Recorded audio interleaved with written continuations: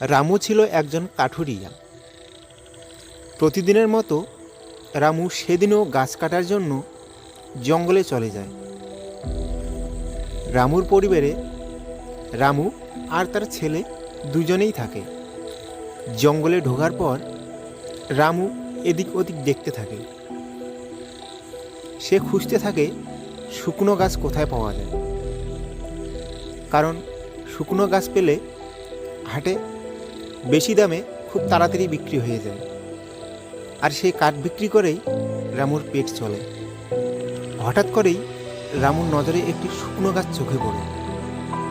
সেই গাছটির ডালপালা কিছু নেই, গাছটি শুকনো। তাই রামু দেরি না করে সে গাছটির কাছেই চলে যায় কাটার জন্য। গাছটিকে কাটা শুরু করতেই রামু জঙ্গল থেকে কিছু শব্দ শুনতে পায়। রামু কিছু না ভেবে সে গাছটিকে কাটতে গেছে। যতবারই রামু গাছটাকে কাটছে, ঠিক ততবারই যেন বিভিন্ন ধরনের শব্দ রামু শুনতে পাচ্ছে। রামু ভয় পেয়ে যায়।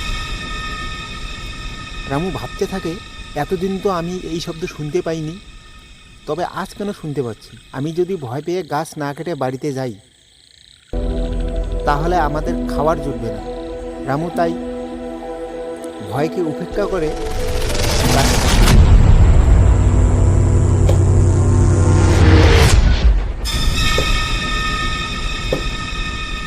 রামুর ছেলে বাড়িতে ভাবতে থাকে। দেখতে দেখতে দিন পেরিয়ে যায়, দেখতে দেখতে রাতও পেরিয়ে যায়। সে ভয় পেয়ে যায়, বাবার কিছু হয়নি তো? রামুর ছেলে তড়িঘড়ি করে পাশে থাকা থানায় যায়। দারোগা বাবু, আমার বাবা কালকে জঙ্গলে কাঠ কাটতে গিয়েছিল। সারাদিন গেল, রাত গেল, এখনো পর্যন্ত বাবা ঘরে ফিরে এলো না। আপনারা আমার বাবাকে দয়া করে খুঁজে দিন। আমার বাবা ছাড়া যে আর এই পৃথিবীতে কেউ নেই। তোমার বাবার নাম কি? রামু। কোন জঙ্গলে গিয়েছে কাঠ কাটতে? নন্দী জঙ্গল গিয়েছে। এই নন্দী জঙ্গলে যে একবার ঢুকে সে কখনো ফিরে আসে না। এর আগেও অনেক লোক সেখানে গিয়েছিল আর কখনো ফিরে আসেনি। সেই নন্দী জঙ্গলের 10টি ফাইল এখনো আমার কাছে পড়ে আছে। দয়া করে দারোগা বাবু, আমার বাবাকে খুঁজে দিন। আমার বাবা ছাড়া যে এই পৃথিবীতে আর কেউ নেই। ঠিক আছে বাপু, তুই ঘরে যা, আমি দেখছি কি করা যায়। এই বলে রামুর ছেলে ঘরে ফিরে আসে। কিছুক্ষণ পর সেই দারোগা বাবু গাড়িতে করে সেই নন্দী জঙ্গলে চলে যায়।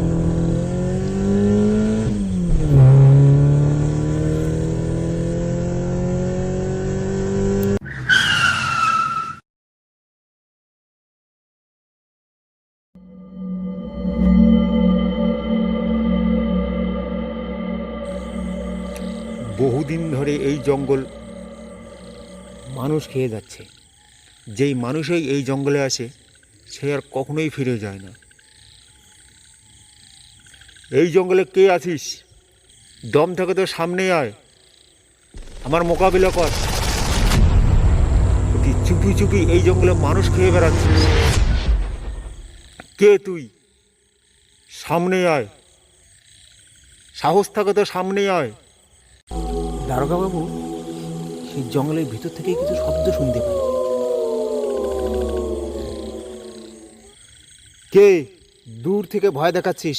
সামনে আয়, সাহস থাকে তো সামনে আয়। অনেক দিন থেকে এই জঙ্গলে যেই মানুষ এসে তাদেরকেই তুই শেষ করে দিস। তুই কে? সত্যি করে বল, তুই কে? তুই সামনে আয়।